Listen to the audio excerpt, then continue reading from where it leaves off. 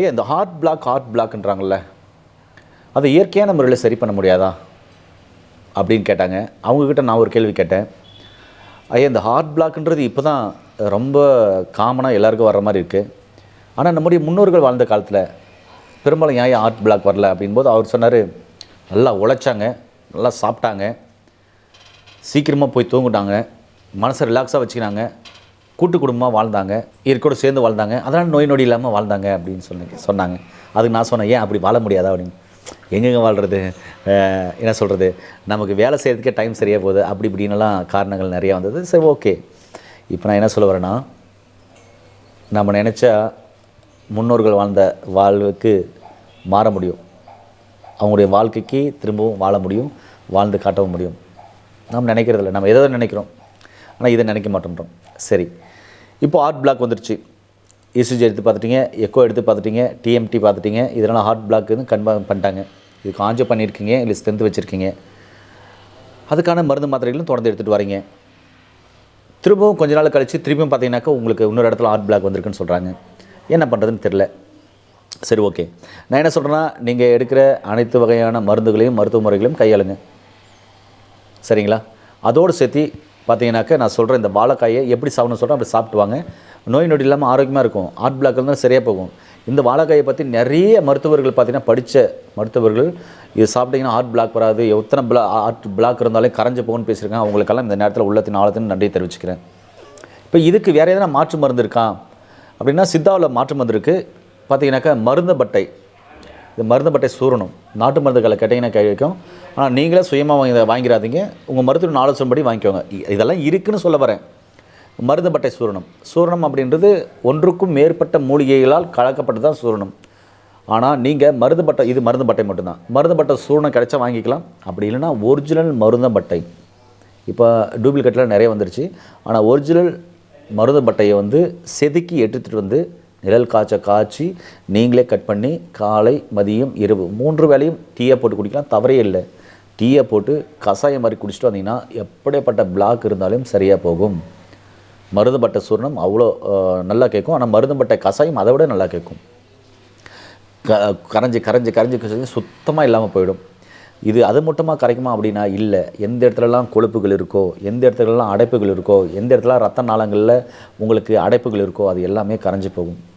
ஏன் மூளையில் இருக்கிற இரத்த நாளங்கள் முதற்கொண்டு அதை கிளாட்டாக இருக்கின்ற முதற்கொண்டு கண்டிப்பாக கரையும். இந்த மருந்துப்பட்டை சூரணம் ஒரிஜினலாக, அதாவது சூர்ணமாக இல்லாமல் மருந்துப்பட்டையை ஒரிஜினலாக எடுத்து கஷாயம் வச்சு குடிக்கும்போது, அதுவும் பச்சையாக தட்டி குடிச்சிங்கன்னா இன்னும் சூப்பர்.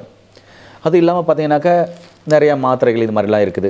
இதெல்லாம் பார்த்திங்கன்னா உங்களுக்கு படித்த பட்டதாரி மருத்துவர்கள் மூலமாக உங்களுக்கு ஆலோசனைகள் வழங்கப்படும். கார்டோனியம் ப்ளஸ் அது மாதிரிலாம் நிறைய உங்களுக்கு கொடுப்பாங்க. இதெல்லாம் வந்து படித்த பட்டதாரி மருத்துவர்கள் மூலமாக நீங்கள் வாங்குறது. இதெல்லாம் ஒரு டானிக், அது அவங்களே தயாரிக்கிற டானிக்.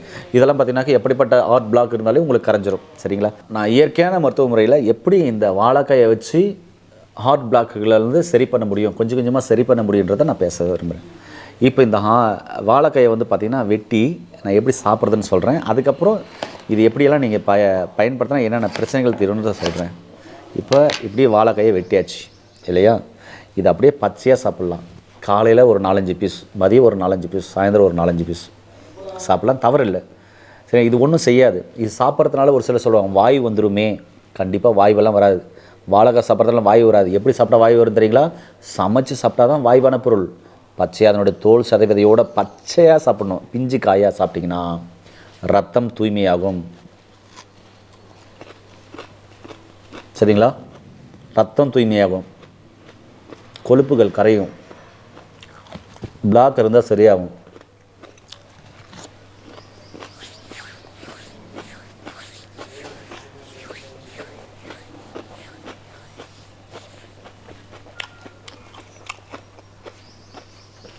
இப்படி நல்லா கடிச்சு மட்டும் சாப்பிடணும்.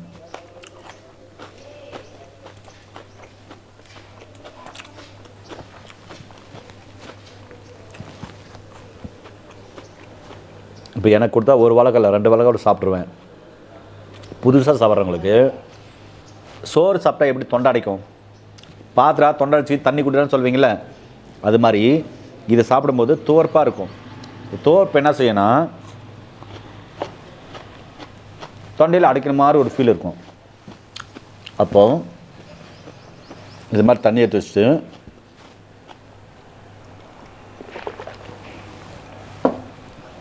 அப்படி ஒரு குடு குடிச்சுவான்னு சொல்ல வரேன். இந்த தொண்டை அடையாமல் இருக்கிறதுக்கு ஒரு வழி. பல்லே இல்லாத அப்படின்றவங்களுக்கு மிக்சியில் போட்டு அரைச்சி 1 ஸ்பூன் 2 ஸ்பூன் ஊற்றலாம்.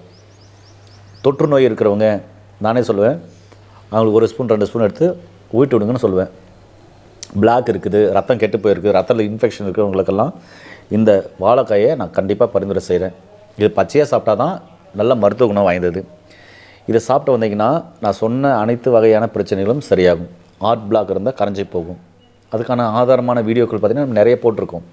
மருந்து சாப்பிட்டு பட்டதாரி முறை மருந்து சாப்பிட்டு ஹார்ட் பிளாக் கரைஞ்சவங்க, அந்த நோயிலேருந்து குணமானவங்க, வலி இல்லாமல் சுத்தமாக போனவங்களாம் நிறைய வீடியோக்கள் போட்டிருக்கோம். அதையும் பாருங்கள்.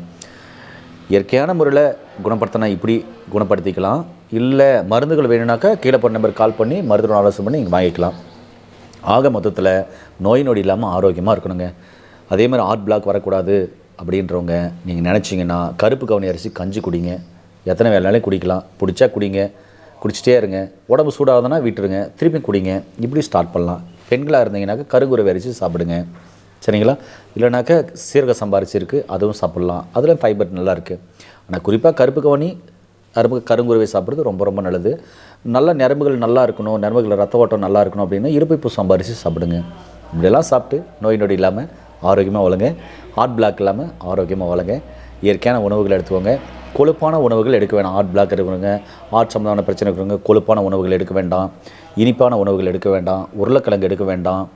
அதே மாதிரி வறுத்தது பொரிச்சது, நான்வெஜ்ஜில் வறுத்தது பொரிச்சது சமைச்சது, அதுக்கப்புறம் போட்டு வதக்கிறது சுடுறது இதெல்லாம் சாப்பிட வேண்டாம். குழம்புல போட்டது ஸ்கின் அவுட் பண்ணி குழம்புல போட்டு கொழுப்பு இல்லாத நான்வெஜ்ஜை எடுத்துக்கோங்க. அதே மாதிரி இனிப்புகள் எடுக்க வேண்டாம். பால் சார்ந்த உணவுகள் எடுக்காதீங்க. அதுக்கு பதில் நான் டீ காப்பி குடித்து பழகிட்டவங்க இஞ்சி டீ, மல்லி டீ, சுக்கு டீ இது மாதிரிலாம் உணவுகள் சாப்பிடுங்க. இயற்கையான காய்கறிகளை நிறைய எடுத்துக்கோங்க. இது மாதிரிலாம் எடுக்கும்போது நீங்கள் ஆரோக்கியமாக வாழலாம், சரிங்களா? ஒரு சில உடற்பயிற்சிகள் செய்து ஆரோக்கியமானது. நோய் நொடி இல்லாமல் ஆரோக்கியமாக வாழ்வோம். மீண்டும் இன்னொரு அருமையான பதிவில் உங்கள் அனைவரை சந்திக்கும் வரை உங்களிடத்திலிருந்து விடைபெறுவது உங்கள் குடும்பத்தில் ஒருவனாக உங்கள் அன்பு சோனாரிதாஸ். நன்றி, வணக்கம்.